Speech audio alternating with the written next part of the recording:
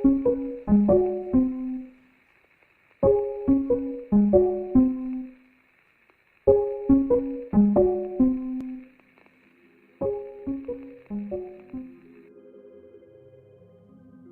ouvintes! Sejam bem-vindos a mais um episódio do Stories. Eu me chamo Juliano Silva e hoje vamos falar sobre o documentário Garrincha, Alegria do Povo, de 1962.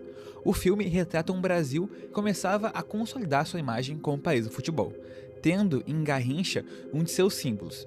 Em meio às expectativas pela Copa do Mundo de 2026, vamos conectar dois momentos históricos para pensar sobre as transformações do futebol, de paixão popular à indústria global do entretenimento e como o esporte mudou.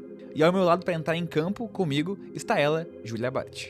E aí, pessoal? Tô bastante animada para esse episódio, como em todos, na verdade. Só que falar de futebol é uma coisa que talvez não se relacione muito, assim, com o cinema para alguns, né?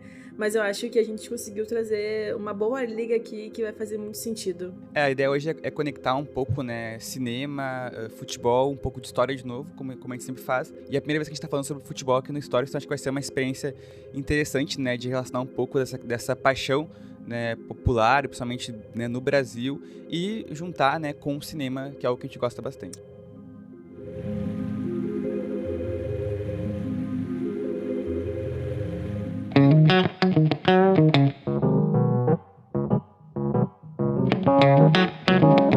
Antes de começar o episódio, fica aqui um convite rápido, que tal apoiar o Stories. A partir de R$5 por mês, você já pode contribuir com o podcast através da plataforma de financiamento coletivo, o Apoia-se. Hoje temos 3 planos disponíveis, a partir de R$5, R$10 ou R$20 por mês. Cada um deles nos ajuda a alcançar algumas metas importantes, como criar o site do Stories, melhorar a edição do podcast, o que significa episódios ainda melhores por aqui. E claro que quem apoia também recebe algumas recompensas, que também teve algumas mudanças nesses últimos dias.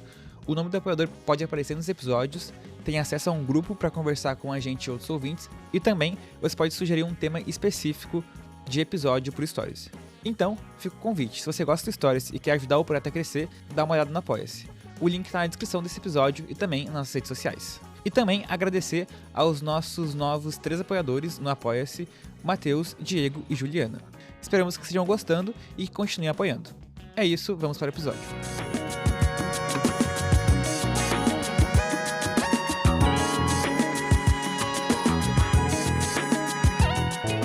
O jogo contra os espanhóis foi a maior aflição dos brasileiros no Chile. Eles fizeram um gol de saída e nós não tínhamos mais Pelé. De repente, aquele jogador sem inspiração, mais gordo do que devia, começou a inventar dribles contra a defesa espanhola. De emoção, alguns brasileiros foram medicados em pleno estádio. Garrincha, Alegria do Povo, é um documentário brasileiro de 1962, dirigido por Joaquim Pedro de Andrade, sobre o futebolista Manuel Francisco dos Santos, o Mané Garrincha. Com duração de 58 minutos e com registros em preto e branco, o filme foi realizado durante o auge da carreira do jogador, consagrado no Botafogo de Futebol e Regatas, onde eternizou a camisa número 7. E também como um dos mais importantes atletas da seleção brasileira no futebol e campeão mundial das Copas de 58 e 62.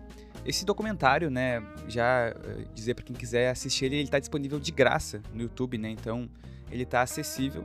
E para iniciar a nossa discussão, eu queria já te perguntar, Julia, se tu já conhecia esse documentário, é um documentário antigo, né, ele faz parte desse período do cinema novo do Brasil, né, o próprio Joaquim Pedro de Andrade se encaixa, né, nesse momento, ele também foi responsável por outros filmes, né, que a gente pode comentar também, mas se tu já conhecia esse documentário e como é que tu vê, que tipo de imagens, né, esse documentário revela sobre o Brasil e o futebol naquela época? Então, eu ainda não tinha visto esse documentário. E é interessante que tu falou que ele tá no YouTube, então ele tá bem acessível mesmo. Não precisa usar nenhum streaming pra assistir, isso é muito bom, assim. E eu gostei bastante do documentário, apesar de que eu acho que ele tem uma pegada bem diferente, porque ele foi feito em outra época, ele é fruto de sua época, então nos anos 60, onde se estava explorando o cinema novo e toda a questão da ligação entre cinema e povo, então o filme vai bem para esse aspecto, Eu gostei bastante. Acho que ele começa um pouco devagar, assim, e até eu esperava outra coisa, mas no final eu me conectei, eu achei que fez total sentido. Porque eu acho que muitas pessoas vão pensar nisso, assim, que, devia ser um filme mais sobre o Garrincha, e acaba que não é sobre o Garrincha, mas também sobre futebol, sobre a população brasileira, e isso é muito legal. E uma coisa também que me chamou a atenção, tu falou sobre o que o filme, né, revela sobre o Brasil e o futebol da época. Ele parece um filme interessado em entender o Brasil, tanto quanto entender também o próprio Garrincha. É claro que ele mostra ali os dribles, os gols, os momentos mais marcantes do jogador, da carreira do jogador, mas eu acho que ao mesmo tempo o filme também sempre tá observando as outras coisas ao redor do jogador.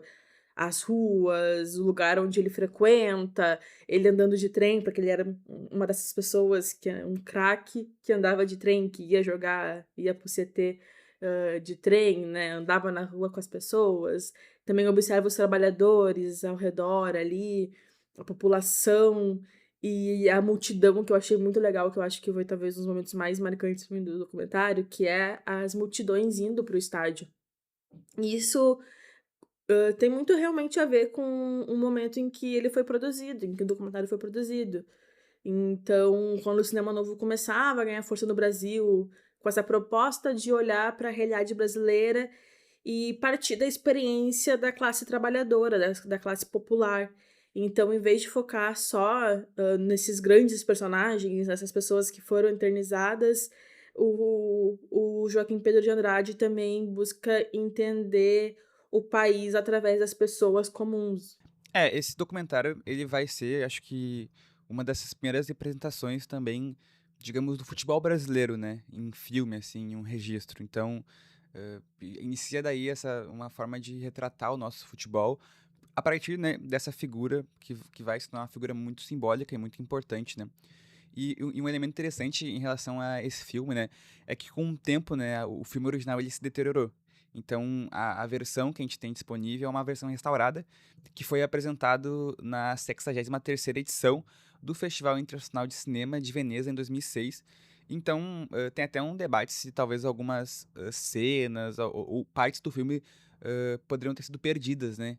E aí, talvez o que a gente teria agora, né, disponível seria essa versão restaurada recente, né? Então é possível, né? Porque é um filme bem antigo, assim, né? Como a gente falou, um filme década de 60, né? E também em relação ao Joaquim Pedro de Andrade, né? Que é esse cineasta do cinema novo, assim. Ele também vai se destacar por outros filmes, também acho que é importante citar, né? Ele fez o Padre e a Moça em 62, Macunaíma em 69, e até engraçado que tem uma questão que ele só conseguiu fazer o Macunaíma com o dinheiro que ele recebeu, que ele conseguiu, né, fazer com o Garrincha Ligueira do Povo, né? Também ele vai produzir um dos curtas do filme Cinco Vezes Favela, de 1962, né, que tem 5 curtas. Ele dirigiu o curta Couro de Gato, que é até um filme que a gente já fez, a gente gravou o episódio, né, e vai sair mais pra frente, né, esse episódio. Em breve. Em breve, vai sair em breve. Então, algumas conexões que a gente pode fazer, né, no tempo, assim, em relação a esse diretor. Sim, pois é, eu assistindo até o filme, assim, eu fiquei bastante encantada com o quão bem ele tá restaurado. As imagens são bem nítidas, apesar de não, né, preto e branco é muito massa também. Mas são imagens em preto e branco que poderiam estar, de alguma forma, mais prejudicadas, mas eles conseguiram recuperar muito bem o filme. Ela é uma imagem muito nítida mesmo, até. Às vezes parece que é HD, assim. Também outra coisa que eu tinha visto era que a narração do filme foi posta depois. Eu não sei mais se tu tem alguma informação sobre isso, porque pelo que eu vi, o filme não tinha aquela narração, e aí depois eles colocaram aquela narração, até também a questão do áudio, porque não é o áudio original, porque acho que naquela época não tinha como fazer essa gravação junta, tanto da imagem quanto do áudio. Questão sobre a narração, né? Tem um ponto interessante que ela foi narrada pelo Aaron Domingues. Então ele foi um dos responsáveis, né, pelas narrações marcantes, né, de alguns de parte do filme ali e dos jogos, assim. E ele foi um dos primeiros apresentadores de televisão, né? Ele ingressou na TV Tupi, no Rio de Janeiro. E também ele tô na Globo, né? E aí, tendo ele como narrador, assim. Mas é isso, né? O filme, ele já inicia, né? Com essa perspectiva a partir do Garrincha, né? Mas também fazendo essa relação bastante com o contexto. E eu acho que, principalmente porque a gente já introduziu quem é o diretor, né? Como ele faz esse recorte do filme. O filme é meio que é uma montagem de diversas cenas, né? Para retratar esse Brasil, retratar esse futebol. E esse período que o Garrincha ele vai se tornar um dos ídolos do futebol brasileiro, entre as décadas de 50 e 60, que também coincide com um momento de grandes transformações no Brasil.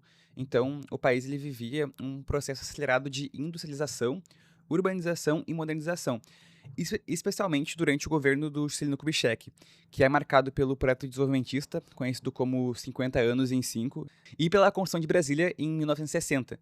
Então a gente vai ver o país bastante ligado a essa imagem, né, das vitórias na Copa, esse país do futebol se formando, mas também com a política e com o momento que o Brasil vivenciava, assim. Então, tinha essa conexão, né? Construir esse forte sentimento de otimismo, de crença que o Brasil caminhava rumo a um progresso, condição de uma potência moderna. O futebol vai ganhar essa enorme importância como símbolo nacional do país, tanto internamente, mas também, né, exportando esses craques, assim. E principalmente a partir das conquistas das Copas, né, do mundo, de 58 e 62. Então, o Garrincha ele vai se tornar essa personificação de um estilo de jogo associado à criatividade, à alegria, à espontaneidade, que vão ser características frequentemente atribuídas à identidade brasileira, né? Então, meio que nesse momento, o Garrincha era o futebol brasileiro, né? A forma como ele jogava, de onde ele veio, né? O local de ele vem e onde ele vai alcançar. Então, nesse momento em que o país estava com esse processo de transformação, também era um país que enfrentava profundas desigualdades sociais e uma crescente instabilidade política que vai culminar no golpe militar de 1964. Então, tanto a figura do Garrincha quanto esse documentário, eles vão dar também a gente a compreender um Brasil que buscava construir uma imagem positiva de si por meio do futebol, enquanto lidava com contradições econômicas, sociais e políticas que vão marcar a sua história nas décadas seguintes, e também vai conectar bastante com o que a gente vai trazer em relação ao momento atual, né, da Copa de 2026, que também é né, todo momento está conectado com uma questão política, né, então não tem como não fazer essas conexões, assim. E pra ser sincero, eu conheci o Garrincha, mas eu não conhecia tanto, assim, a vida dele quanto agora eu conheço, né, posso pesquisar pro episódio, e eu queria saber de ti, se tu já conhecia ele, já sabia que ele foi responsável pelas duas primeiras Copas do Brasil. Vocês têm alguma conexão em relação a isso? Bom, eu obviamente já tinha ouvido falar sobre o Garrincha, mas não sabia muito sobre ele. Acho que é algo assim, realmente, muito assim, de quem é aficionado por futebol, de quem acompanha bastante futebol, saber mais sobre os jogadores do passado.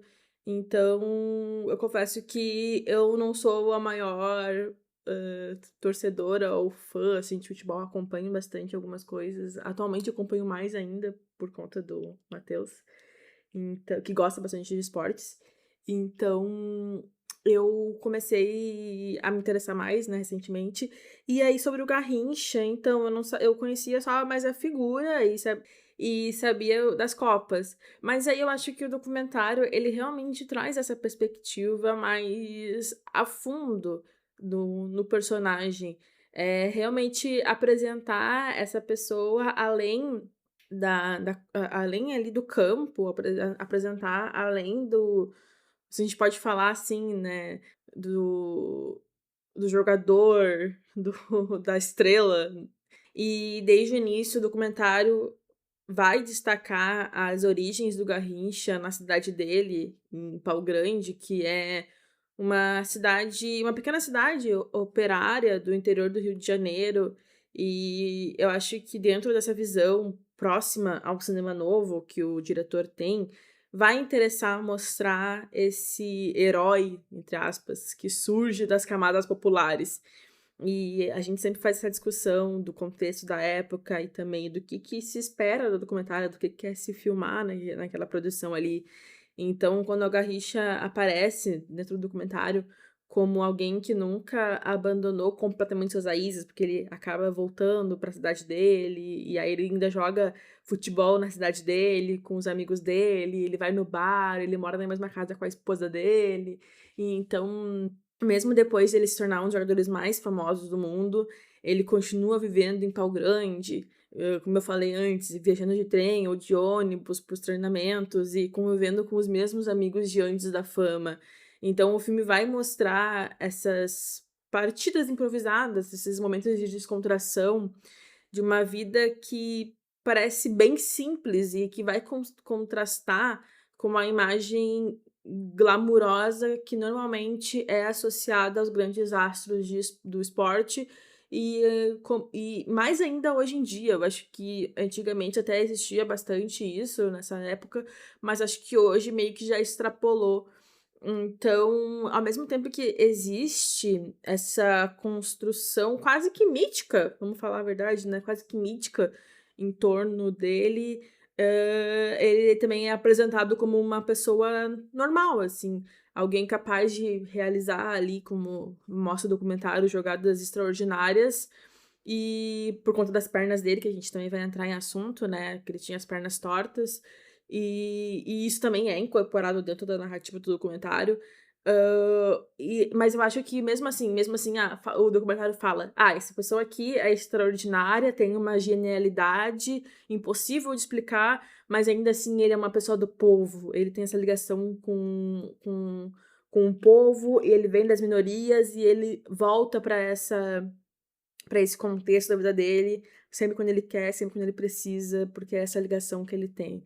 Então, eu acho que isso é uma parte do documentário que me interessa bastante, até porque eu acho que mostra duas visões do Garrincha, tanto a visão do astro quanto a visão do homem humilde. Quando eu assisti esse documentário, né, porque eu te falei que eu tava procurando algum filme pra fazer uma conexão com a Copa, assim, eu fiquei muito contente, assim, de assistir, porque eu já falei várias vezes aqui que eu tô num processo de assistir muito filme brasileiro antigo, né, pra tentar me descolonizar um pouco. E assim, esse filme, pra mim, eu já sabia que ele existia, porque eu ouvi falar sobre ele numa aula, né, numa aula da faculdade, sobre história social do trabalho, em que a minha professora, ela fez uma conexão. Vou citar a minha professora, né? A minha professora Clarice Esperança, ela fez uma conexão da história do Garrincha e dessa questão das fábricas, né? Do futebol de fábrica, né? Porque, como o Bento falou, né? O Garrincha, ele é essa personalidade que não surgiu das elites, né? Ele não surgiu de uma base organizada, como a gente conhece hoje. Não, ele surge de uma trajetória de um trabalhador brasileiro comum, que é um trabalhador pobre. E que, através do futebol, ele consegue, né, se tornar um dos maiores ídolos do país, assim. E, como tu disse, né, ele surge no interior do Rio de Janeiro, né, ele surgiu em Pau Grande, no distrito de Magé, e ele nasceu em 33, e ele tem essa infância dele marcada, né, pela pobreza e pelo trabalho, como eu disse, como milhões de brasileiros da época, que cresce longe dos centros urbanos, né, e de estruturas profissionais, de futebol, de esporte, assim. Mas ele consegue encontrar dentro da fábrica clubes de futebol, e aí que ele começa a jogar bola, assim. E é muito interessante que ele era Companhia América Fabril, né? E é muito interessante por causa que o documentário coloca isso também, né? Que ele não gostava muito de trabalhar, né? E ele não era reconhecido pelo trabalho, assim. Só que ele era demitido na sexta-feira, né? Algo mais ou menos assim, né? Que o documentário traz. Só que tinha jogo no final de semana e na segunda-feira ele voltava, entende? Por causa que ele era muito bom, ele jogava muito bem. Então ele ficava mais uma semana no time da fábrica, assim. Porque ele era um craque, assim. Ele já era visto, desde o início, como esse craque, assim. E além disso, assim, desse surgimento do Garrincha, acho que é interessante também fazer esse contraste desse início do futebol brasileiro, né? Um futebol brasileiro antes da modernização. Porque nessa primeira metade do século XX, né, muitas empresas mantinham essas equipes esportivas para os seus funcionários, né, que é os chamados clubes de fábricas, que vão funcionar como esse espaço de lazer e de sociabilidade, mas também como um espaço de controle sobre os trabalhadores, entende? Então, esse local que é a cidade de Pau Grande, em que boa parte das pessoas da cidade trabalham nessa fábrica, então a fábrica ela quer garantir que boa parte do lazer também seja né, dada por eles. Então, é muito interessante porque a gente consegue ver o início desse futebol, né, brasileiro. Claro que a gente pode voltar ainda mais pro futebol de várzea, mas a gente não vai tão longe, assim. Mas esse início do futebol de fábrica, assim, surgindo, que é uma realidade muito diferente da atual, né? A gente tem hoje, que a gente vai desenvolver mais no segundo bloco, mas marcado pela questão do empresariado, contratos milionários, né, e centros de treinamento sofisticados, mas não, nesse momento a gente tem esse futebol de fábrica que surge como um espaço de lazer que é muito importante, mas também como espaço de controle de trabalhadores, sabe? Os clubes de fábrica era algo que eu também não tinha total noção, e é muito bom, porque quando a gente começa a estudar para um episódio, a gente vai descobrindo coisas que são super interessantes e legais de entender e aprender, então fico muito feliz, assim. Por exemplo, a questão do futebol de fábrica era uma coisa que eu não tinha noção que isso tinha acontecido na história do Brasil, e até eu fui pesquisar um pouco sobre como que surgiu, e tu trouxe. E aí eu tava vendo que como que esses clubes foram se criando. E pelo que eu li, muitos foram criados por técnicos ou engenheiros ou trabalhadores ingleses que vinham trabalhar nas indústrias brasileiras, e como não tinha ingleses suficientes para formar equipes, esses operários brasileiros passavam a ser convidados para jogar. E isso permitiu que esses trabalhadores tivessem acesso a um esporte que antes também era restrito muito às elites. Quem jogava futebol era mais a elite. E até um dos times que surgiu nesse contexto também, que foi o Bangu Atlético Clube, que foi fundado em 17 de abril de 1904, que é um clube da Zona Oeste do Rio de Janeiro, que nasceu ligado à fábrica de tecidos Bangu, e é historicamente também referenciado por ser o primeiro time do Brasil a aceitar jogadores negros e operários em seus quadros, porque antes realmente isso não existia. Então, existe até uma ironia interessante, porque um esporte trazido por estrangeiros e praticado inicialmente por grupos privilegiados acabou sendo apropriado pelos trabalhadores e transformado em um dos principais símbolos da identidade brasileira. E para mim isso é muito fascinante, porque muitas vezes o futebol dentro das fábricas, ele começava de forma espontânea, com partidas no horário do almoço, por exemplo, ou depois do expediente, o pessoal se reunia para jogar. E aí, quando o interesse ia aumentando, os trabalhadores eles também começavam a pedir ajuda às empresas para conseguir os uniformes, as bolas, os campos. E em troca desse apoio financeiro, os empresários, né, obviamente, passavam a participar da administração dos clubes e controlar parte das atividades. Então, o futebol, que era um espaço de lazer, nunca teve também completamente separado das relações de poder, porque à medida que os clubes cresciam, também crescia o interesse das empresas em organizar, controlar e influenciar essas atividades. Ocupar esse tempo livre desses operariados, né? E da mesma forma, isso vai promover uma certa disciplina, né? E também que essa questão de conter movimentos grevistas nesse período, assim. Então, é um controle total, né, do trabalhador, de uma forma, assim, tanto do trabalho, do descanso e do lazer, assim. E é muito interessante a gente ter esse registro nesse documentário, porque é isso, né? O Garrincha, ele é esse personagem que surge, né, nessa cidade, no interior, do nada, assim. Ele vai se destacar por esse talento considerado espontâneo, né? Que eu acho que vai demarcando já essa forma muito específica que o Brasil ficou conhecido, sabe? De ser considerado um gênio natural, né? Tinha essa percepção, essa ideia, né? De que ele era um gênio por si só, assim. É muito legal porque a gente vai ver a mídia também retratando ele assim, né? A mídia conhecendo, né, talvez, esse personagem no próprio país, assim. Então a gente vai ter tanto jornalistas, torcedores, intelectuais que vão passar a descrever o Garrincha como alguém que jogava por instintos, né, sem planejamento, alguém que não... Porque ele se divertia jogando, né? Ele surge no futebol de fábrica, a gente consegue ver no próprio documentário em que ele fica conhecido, ele fica famoso e ele não se importa muito com isso, né? Ele quer manter ainda a sua vida comum, a sua vida normal, ele volta para a cidade para jogar com seus amigos, para beber um pouco, né? É até engraçado que ele... Acho que ele tem essa cena que ele fala que ele vai beber, e aí corta e aparece que ele tá tomando, acho que um refrigerante, assim, sabe? Talvez pra não mostrar essa questão do alcoolismo, né? Que também vai ser muito pungente na vida do Garrincha, essa questão do álcool. Mas a gente consegue perceber que o filme ele vai retratar esse personagem comum. É um personagem comum do dia a dia, que ficou conhecido porque joga bem, joga muito bem, né? Ele se destaca, mas é uma pessoa comum que sabe, quer voltar pra cidade dele ali, ficar com a família, se divertir.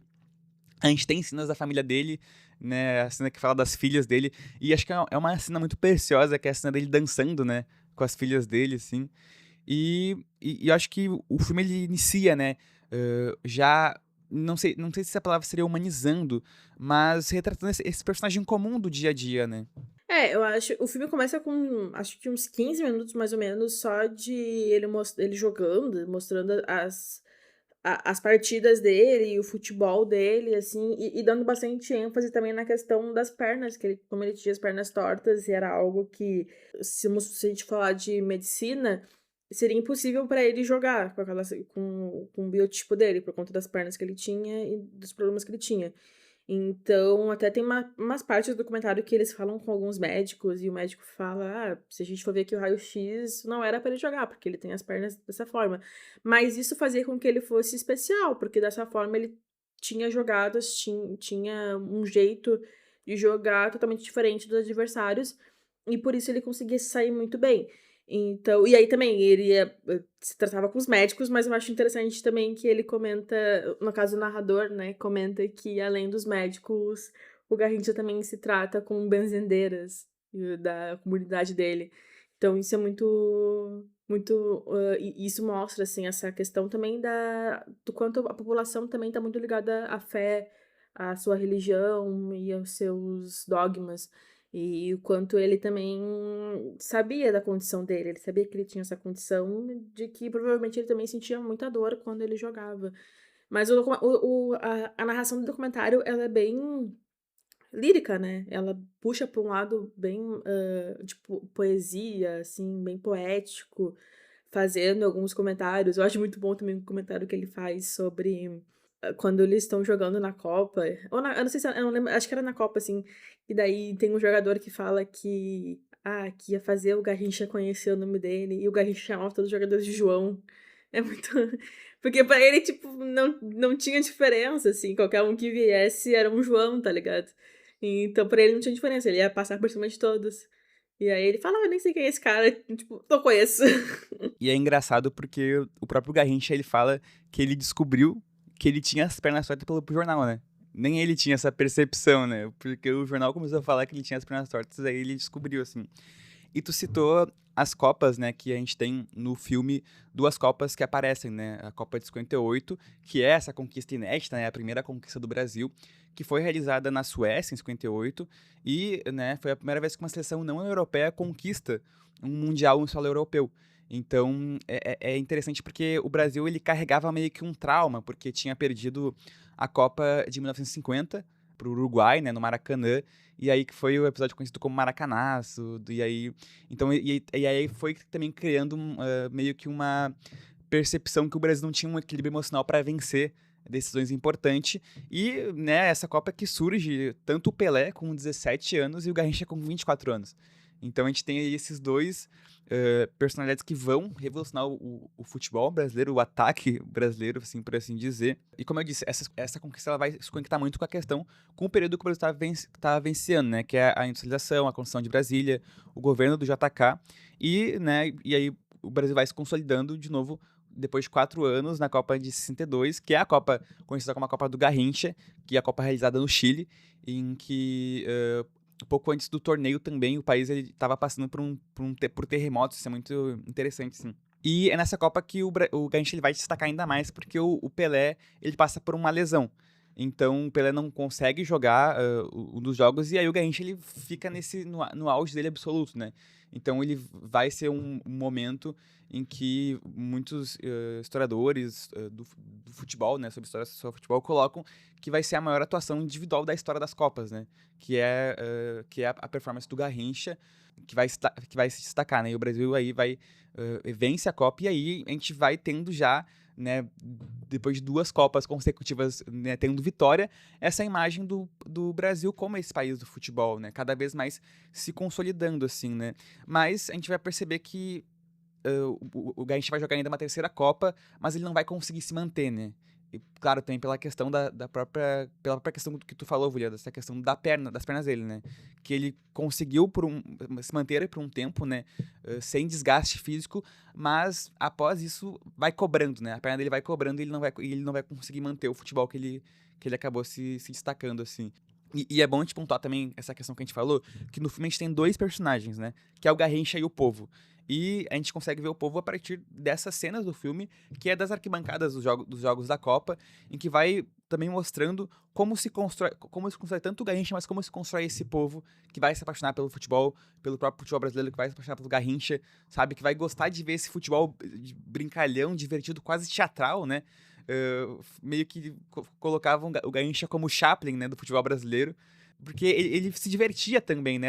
Era divertido ver o como ele conseguia fazer os dribbles deles, fugir das marcações, sabe? Se destacar dentro de campo. O esporte, o futebol brasileiro também vai se destacando como esse entretenimento, sabe? Essa diversão. Era engraçado ver o Garrincha jogar, porque ele se divertia ali. Eu acho que uma das melhores escolhas do documentário é justamente dar essa atenção aos torcedores. Porque em alguns momentos a câmera ela vai abandonar o campo, a visão do campo, e passa a observar os rostos nas arquibancadas.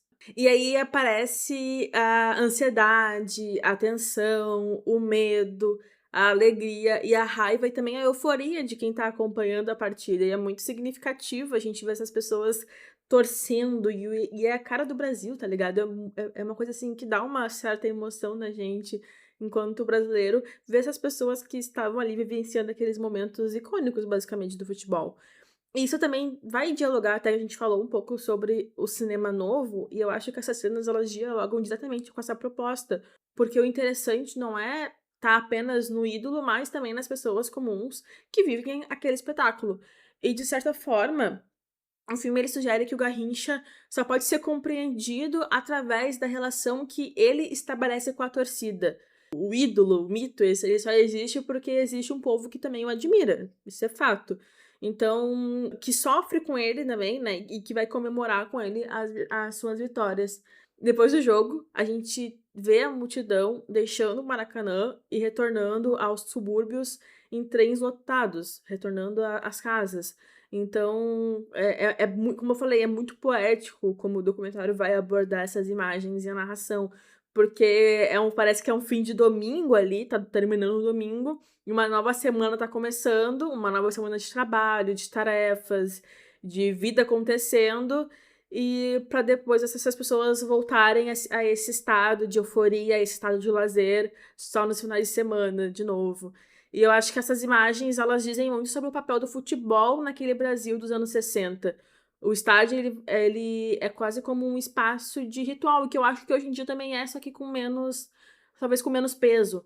Mas naquela época ali, durante algumas horas, as pessoas, elas compartilhavam as emoções, expectativas e frustrações de uma vida inteira, né, de uma vida inteira pesada, com coisas acontecendo o tempo todo, que eu também acho que é como hoje em dia, mas como eu disse, assim, eu acho que é em menor peso, realmente. E por isso que as arquibancadas, elas vão ocupar um espaço tão importante do documentário, porque elas ajudam a mostrar que o futebol, ele não acontecia só dentro daquele espaço, do campo, ele fazia parte do cotidiano das pessoas, da cultura popular, e da forma como muitos brasileiros enxergavam a si mesmo e o país. O Brasil, o país do futebol. Exatamente, né? Essa conexão, né, de trazer, como tu falou assim, essa formação desse povo, né? Não existe Garrincha sem o povo. E é legal ver porque tem uma parte do documentário, acho que é boa parte do meio, pro final ele já deixa o Garrincha. Ele meio que abandona o Garrincha e vai explorar expressões do rosto desses torcedores, o que eles estão, né, vendo, como é que eles estão se relacionando sentimentalmente, emocionalmente com esse jogo, com os jogos, com o Garrincha, né, com o futebol. E o filme ele quase é quase um retrato sociológico, né, nesse momento, assim, desse período, de retratar esses torcedores, assim. E como tu falou, muito ligado e muitos torcedores conectados à parte mais popular, assim. Então a gente tem esse futebol, a gente tem essa conexão do futebol muito mais popular, né? Trabalhadores de fato, né? Tanto essa questão de ter trabalhadores jogando nas fábricas, né? Mas também consumindo, assistindo, tendo mais acesso a isso, né? A esses jogos, assim. E como eu falei, né, em relação ao Garrincha, né? Como eu disse, né, ele não vai conseguir manter por muito tempo esse auge que ele tem, né? Então, o desgaste físico que ele vai ter pela questão da perna curta, os joelhos desalinhados vão cobrar o Garrincha e ele não vai conseguir manter por muito tempo esse futebol que ele tinha, que era a partir da velocidade, da explosão dele, dos dribles famosos, né? E é muito engraçado que falou que ele tinha só um drible, né? E funcionava sempre. Era o único drible que ele tinha e funcionava sempre. E além disso, também a questão do alcoolismo, como a gente citou, né? O Garrincha ele vai ser muito conectado pela questão do álcool, que ele não vai conseguir largar, sabe? Isso vai afetando a condição física dele, essa questão da disciplina profissional.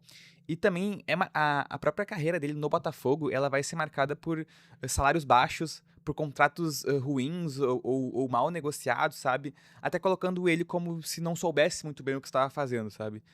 Algumas pessoas colocam isso como se ele não fosse sempre, digamos assim, passado para trás, sabe? Em relação a essa questão de salário, sabe? De receber realmente o que ele jogava. E depois de brilhar, né, nas duas Copas, ele vai, né, atuar em clubes como Botafogo, ele vai jogar no Sport Clube Corinthians Paulista, e também é muito interessante que ele vai jogar em equipes menores do Brasil e no exterior, em locais que, assim, que ainda estão para ser descobertos, sabe? Porque ele passou um tempo, sabe, só jogando, talvez aquele futebol de várzea, aquele futebol com os amigos, em equipes menores, sabe, pelo Brasil. E acho que isso é um pouco, dá pra perceber o quão ele gostava de jogar futebol, sabe? Pra ele era algo que ele se divertia, que ele se sentia bem, sabe? Nesse sentido. Mas é isso, ele vai ser marcado por esse fim meio que trágico, né? Pela questão do alcoolismo, pelas contradições que o Garrincha vai ter também. Tu falou sobre a vida pessoal dele, eu acho também que é inevitável a gente não falar sobre umas histórias mais conhecidas, que era o relacionamento dele com a cantora Elza Soares. Os dois eles se conheceram quando o Garrincha ainda era casado e assumiram a relação no início dos anos 60, pouco depois da Copa do Mundo do Chile.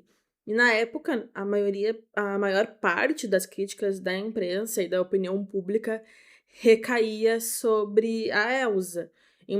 Porque, obviamente, a gente estava e ainda está em uma sociedade profundamente machista e ela era transformada em alvo de julgamentos e responsabilizada pelo fim do casamento do Garrincha, o casamento anterior.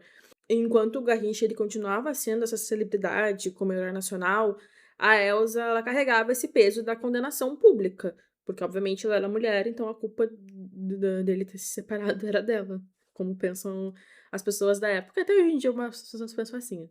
Então, quando ele decai, assim, ele sai da Copa e aí passa por esses times, daí tem toda a questão, como tu comentou, das pernas dele, que ele não passa a jogar mais como jogava antigamente, o relacionamento dos dois começa a se mostrar também muito distante da imagem romântica que a mídia depois começou a associar o casal. Então, a relação deles foi marcada por crise, pelo alcoolismo dele, pelos episódios de ciúmes e até também pela questão muito triste da violência doméstica que ela já sofreu. E essa é uma parte da história que muitas vezes fica de fora quando se fala desse ídolo do futebol. Porque existe uma tendência de transformar essas figuras como o Garrincha em personagens que são quase perfeitos, que não tem nada de errado, que o talento dele basta, basicamente. E não é assim, sabe? O talento dele não vai diminuir os problemas que existem fora de campo. Então, quando a gente compreende que existe o personagem histórico e também existe as contradições, a gente acaba tendo uma visão melhor dos fatos. E é isso que torna também o Garrincha uma figura complexa, porque ao mesmo tempo que ele foi um dos maiores jogadores da história do futebol, também protagonizou episódios que a gente não pode ignorar como sociedade, né? E como um indivíduo também. Uma coisa interessante também é perceber que como as trajetórias do Garrincha e da Elza acabaram revelando aspectos muito diferentes da sociedade brasileira no século XX.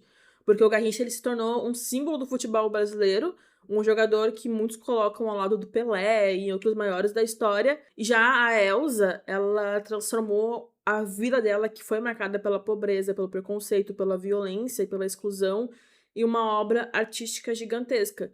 As músicas dela carregam tudo que ela viveu e vai atravessar a trajetória dela e falar diretamente também com o povo brasileiro.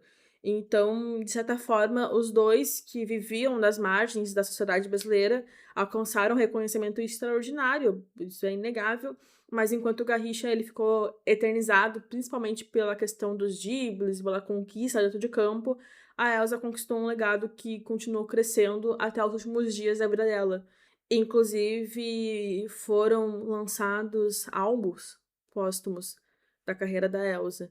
Então, isso é uma história bem trágica, assim, mas também muito complexa, né? Então, acho que é importante a gente também trazer isso aqui à tona, porque nem tudo são flores. Exatamente isso, né? Eu acho que, como tu colocou, as duas trajetórias dessas duas personagens brasileiras falam muito sobre o Brasil acho que é importante trazer, né, esse elemento, porque a gente consegue ver como a questão da violência doméstica, né, a violência contra mulheres, ela é algo que está ligado intrinsecamente na história do Brasil, né? É algo que é algo cultural, digamos assim.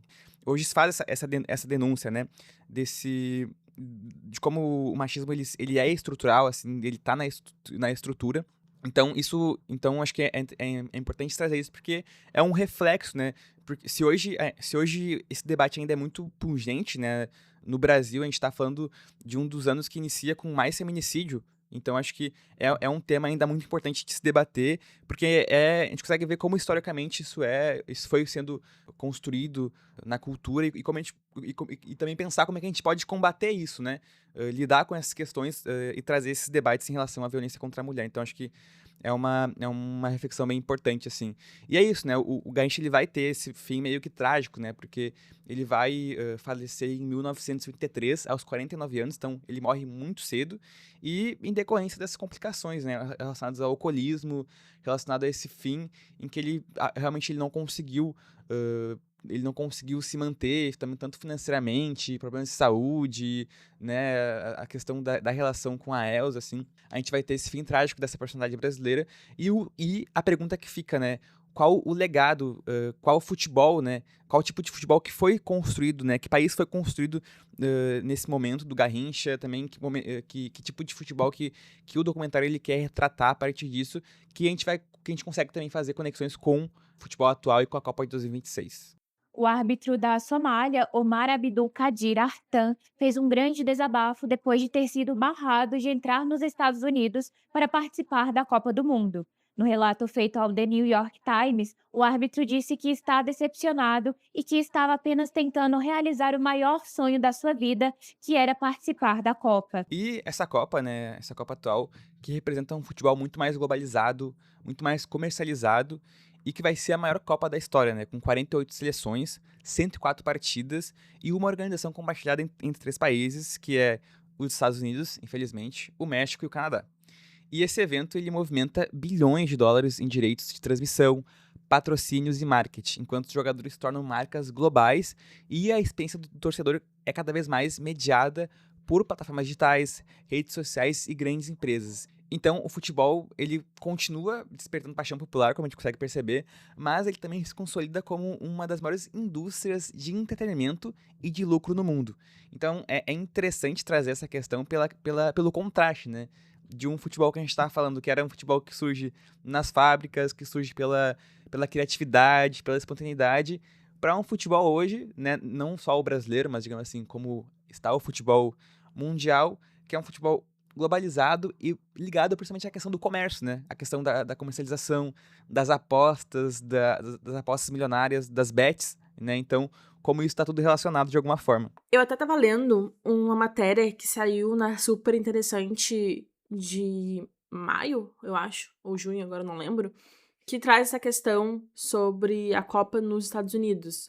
Porque vai enxergar o futebol não apenas como um esporte, mas também como uma oportunidade econômica, cultural e geopolítica. A gente até pode ir datando assim, o que foi levando a Copa para os Estados Unidos. E aí, algumas coisas que o texto vai destacar é, por exemplo, o investimento, como tu comentou, de bilionários no esporte dentro do país. Porque, obviamente, os Estados Unidos não têm uma tradição do futebol muito forte. Inclusive, eles nem chamam de futebol lá, né? Porque eu acho que é um nome bem comum, mas lá eles acabam chamando de soccer. Até isso eles mudaram, que é uma merda, na real. Então, porque todo mundo, o resto do país do mundo chama assim, né? De variações, né? E eles não. Então, até pra não competir com o futebol americano que eles têm, que também que é um grande esporte deles, né? E aí, existiu esse investimento dos milionários para a realização da Copa do Mundo dentro do país, muito por essa aproximação que até mesmo a FIFA faz com os Estados Unidos, de quererem estar junto com o país nessa questão de investimentos e de globalização. Eu acho que, assim, é difícil porque acaba que o futebol, ele sofre uma interferência muito grande de um país que quer fazer tudo do seu jeito e acaba desrespeitando os outros países e o próprio esporte. Isso eu acho muito inadmissível, mas para o presidente da FIFA tá tudo bem. Eu acredito que, de qualquer forma, isso não deve tirar a essência do futebol. Eu até, assim, vi muitas pessoas ao meu redor meio que desacreditadas, meio que desanimadas com a Copa do Mundo esse ano por conta dos Estados Unidos, por conta de todas as matérias e coisas que saíram relacionadas a polêmicas, né? Então, e as pessoas estavam realmente muito, muito sem vontade de ver, desacreditadas e tudo mais. Mas eu acho que a gente tem que ser firme e tem que reivindicar, bem nesse sentido mesmo, assim, de ocupar espaços, que eu acho que é um bom termo para quando acontece esse tipo de situações. Então tem que reivindicar o futebol e deixar bem evidente que o futebol não pertence aos Estados Unidos, é uma coisa que já se tornou um esporte que se tornou muito global e que não é eles que mandam no esporte, assim, sabe? E eu acho que isso passa também muito pelo documentário que a gente comentou, do Garrincha, porque se no documentário de 60, né, 62, a gente tentava entender o Brasil através do futebol na Copa de 2026, parece que a gente está vendo o futebol através dos negócios, da política internacional e da disputa por mercados globais. Até uma das escolhas do documentário, assim, foi nessa problemática e nessa pergunta, assim, de pensar se quanto mais a Copa cresce, será que ela se aproxima das pessoas ou mais se afasta delas, né?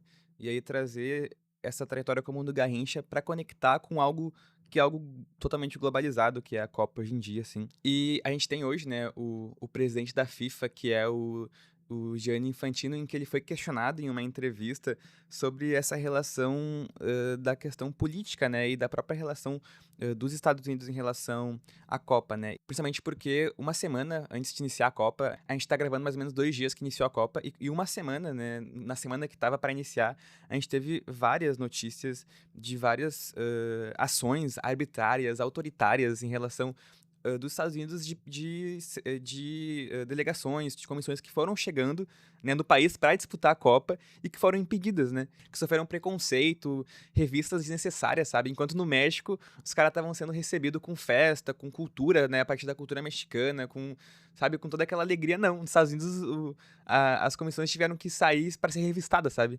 E o quão isso é bizarro a gente vê. E aí o presidente tá falando assim, a gente não pode se meter nas questões políticas internas dos próprios países, né?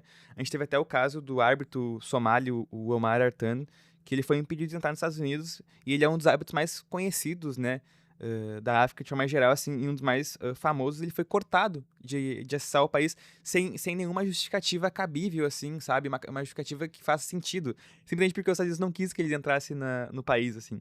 E essa edição da Copa é uma edição marcada, assim, ó, ela é visivelmente marcada por essa aproximação da FIFA com o Donald Trump, sabe? Então dizer que não, então o presidente foi dizer que não é algo político, que eles não podem se envolver, tipo assim, é de uma mentira, assim, totalmente descabível, né? Porque a gente tem até agora a Rússia impedida de participar das competições da FIFA por ter invadido a Ucrânia, enquanto a gente tem os Estados Unidos que está em guerra, né? Um país que está em guerra, sediando a Copa e que não sofre nenhuma sanção da FIFA em relação a isso, né?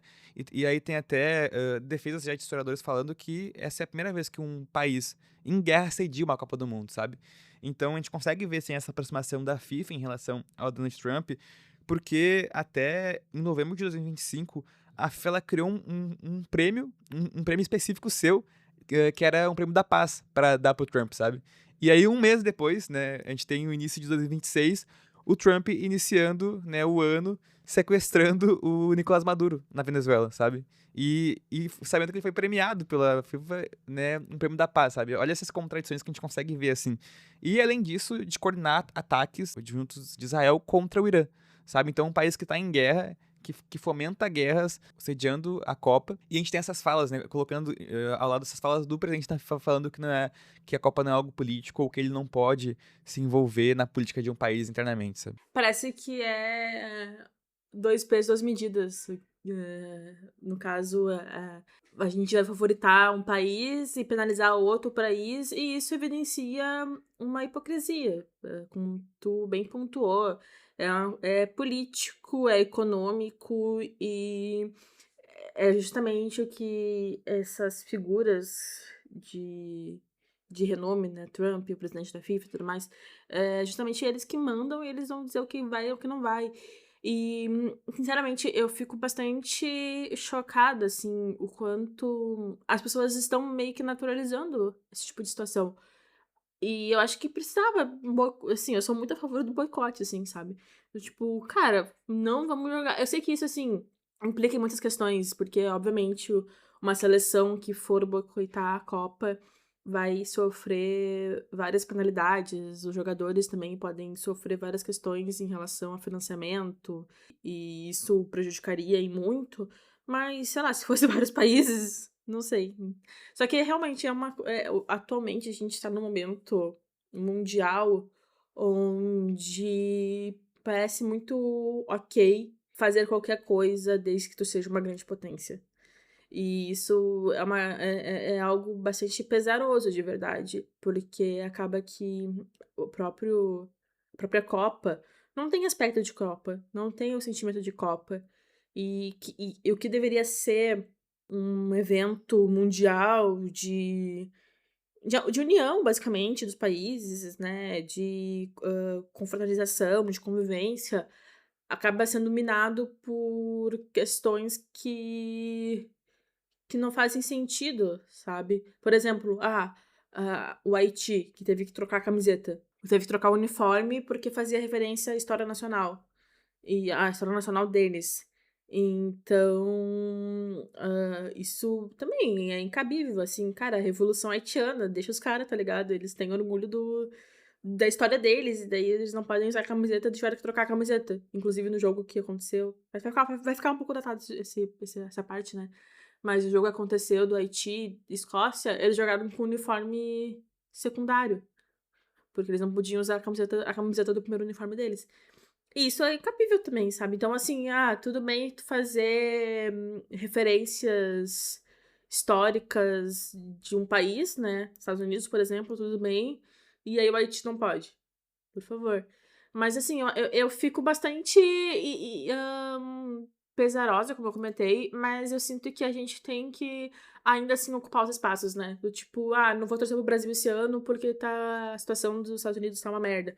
Não, cara, tem que torcer, tem que reivindicar pra não mostrar que eles ganharam. Eu concordo contigo, assim, eu acho que eu adoro, assim, essas competições, assim, acho que, porque realmente, né, acho que tanto as Olimpíadas como a Copa do Mundo demonstram um pouco dessa união, assim, dessa, sabe, os países, eles se organizam, sabe, se preparam, né, pintam as ruas, sabe, pra esperar por esse momento, pra torcer pro próprio país, eu acho isso muito bonito, assim, sabe, e, claro, eu acho que, além disso, a gente sempre faz, né, a gente A gente é um ser crítico, então a gente sempre tem que trazer essas críticas, porque não, é impossível, né, eventos como esse não estar ligado a questões políticas, né? Então, é claro que a gente vai torcer pro Brasil, mas tendo essa visão, essa percepção e visão crítica, assim, né?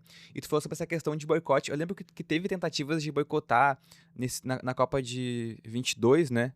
Sobre a questão da Rússia, se eu não me engano. Mas eu acho que é ainda uma forma muito. Eu não sei se ela é eficaz, sabe? Se ela acaba tendo efeitos, assim.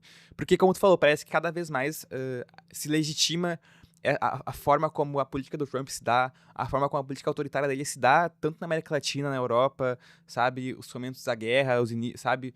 Os ataques aos países.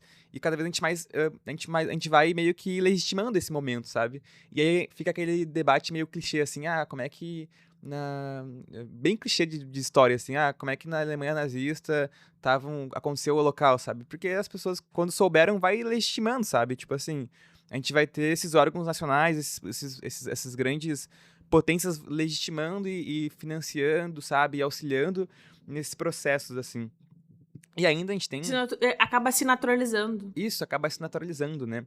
E ainda a gente tem nessa Copa um elemento também que é uma Copa muito inflacionada, né? Porque, de acordo com alguns dados que eu vou deixar também na descrição, né? Todas as informações que a gente está trazendo aqui em relação a essas notícias, né?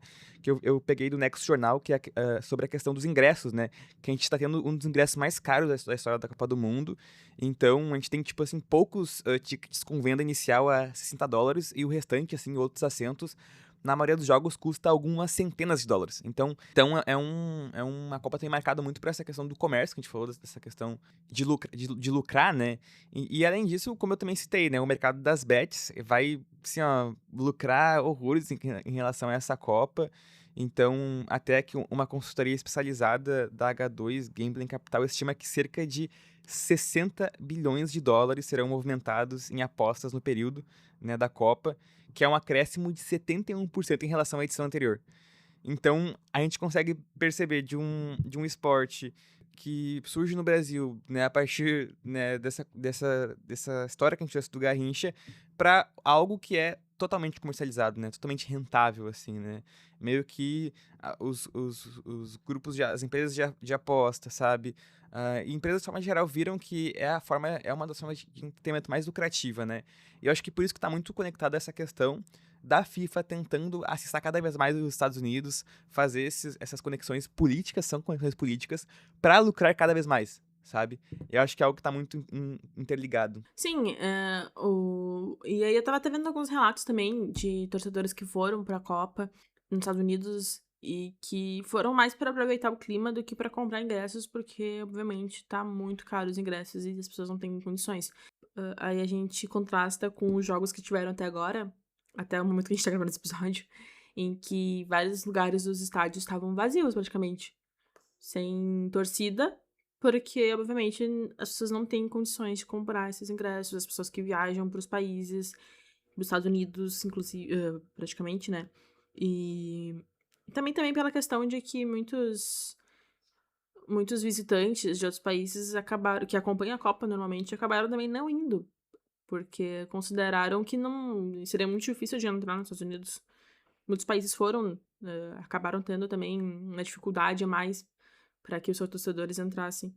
Então, isso acaba também prejudicando e mostrando que não é todo mundo que vai ter esse acesso, não. Porque o futebol, ele vai continuar, até fazendo ligação com o documentário, ele vai continuar produzindo alegria. Basta observar as ruas, como tu comentou. Mas ele não pertence mais exclusivamente ao povo. O futebol, ele vai se tornar ali também um dos maiores negócios do planeta. E isso é triste. E pra só não falar desse contexto, que é um contexto, como tu falou, dá um sentimento meio pesaroso, assim, meio de desmotivação, mas não é esse sentimento que a gente quer trazer, né? Porque a gente também consegue ver nesse início de Copa, nessas semanas, várias também ações de protesto, né? Que a gente não poderia deixar de citar, assim. Eu acho que alguns que eu acompanhei, assim, que ainda vão acontecer, eu acredito, durante a Copa, né? A gente teve um dos primeiros protestos na Copa em solo estadunidense, que foi de um homem, né? Que ele tava tocando o instrumento, assim, acho que foi na abertura, em que ele em que ele estava usando um lenço palestino, assim. E eu sei que são elementos muito ainda pequenos em relação ao todo, assim, sabe? Mas eu acho que é importante a gente perceber que aonde tem pessoas, onde tem povo, sabe? Tem resistência, sabe? Tem expressões de resistência. Então, esse homem, ele, né, ele acabou desafiando, né, o autoritarismo do Trump usando um lenço palestino dentro dos Estados Unidos, sabe? E além disso também teve um outro que foi de torcedores bósnios, né? Que em apoio à Palestina, né? Antes do jogo da Copa do Mundo, eles começaram a ecoar gritos em favor à Palestina, em favor à liberdade da Palestina.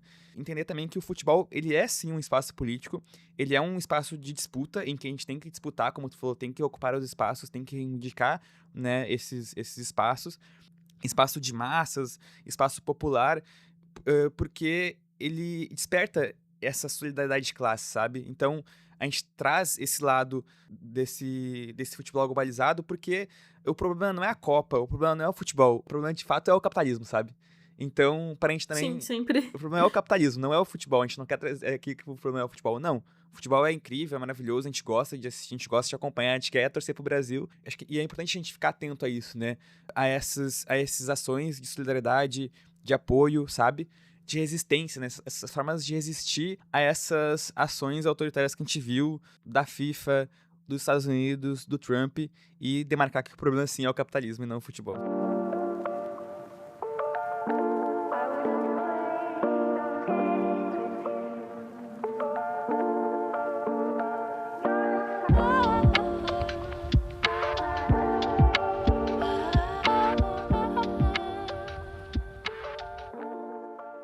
Então, chegamos ao final de mais um episódio do Stories. E não esqueçam que esse episódio é um recorte, e claro que muitas coisas interessantes e relevantes ficaram de fora. E as referências e sugestões estão na descrição. Esse que é o nosso primeiro episódio falando sobre futebol, mas não sobre esporte, né? A gente tem já recomendado o episódio Stories 17, Olimpíadas entre Política e Esporte, em que, de novo, estávamos lá sendo chatos, eu tô brincando de ser chato, mas contextualizando, né, esse momento, assim.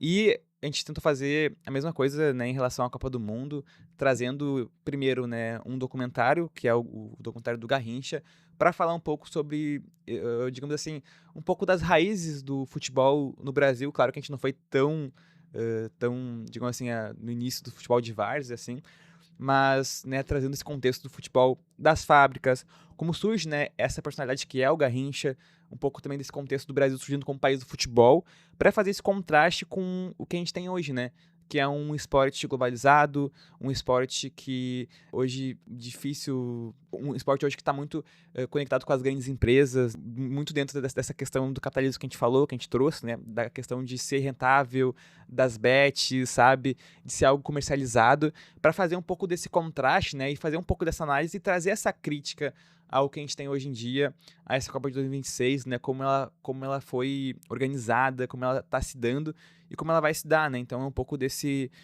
recorte, né, histórico, assim, em relação à Copa. A gente quis fazer essa junção do documentário, da Copa, e trazer também o Garrincha como esse personagem, mas sempre partindo de um contexto histórico, como a gente gosta, e bem realista e lúcido sobre as implicações que todas as vertentes têm. Eu gostei bastante, assim, eu acho que a gente abrangeu os temas e a gente gosta muito de falar também sobre assuntos atuais, ligar com assuntos atuais, então esse pedacinho final sobre a Copa é nessa perspectiva. E é isso, espero que vocês tenham gostado. E é sempre bom lembrar que o Stories é um podcast independente, por isso é muito importante o apoio de todos vocês. Não se esqueçam de nos seguir nas redes sociais, @Stories_cast no Instagram, e no YouTube é só procurar pelo canal Stories que vocês acham a gente facilzinho. Seja qual for a plataforma de podcast que você nos ouve, não deixe de avaliar e seguir o programa, e os comentários no episódio são sempre bem-vindos. É isso, pessoal, até mais, e curtam a Copa, né, e torçam pro Brasil, não esqueça. Até mais, galera!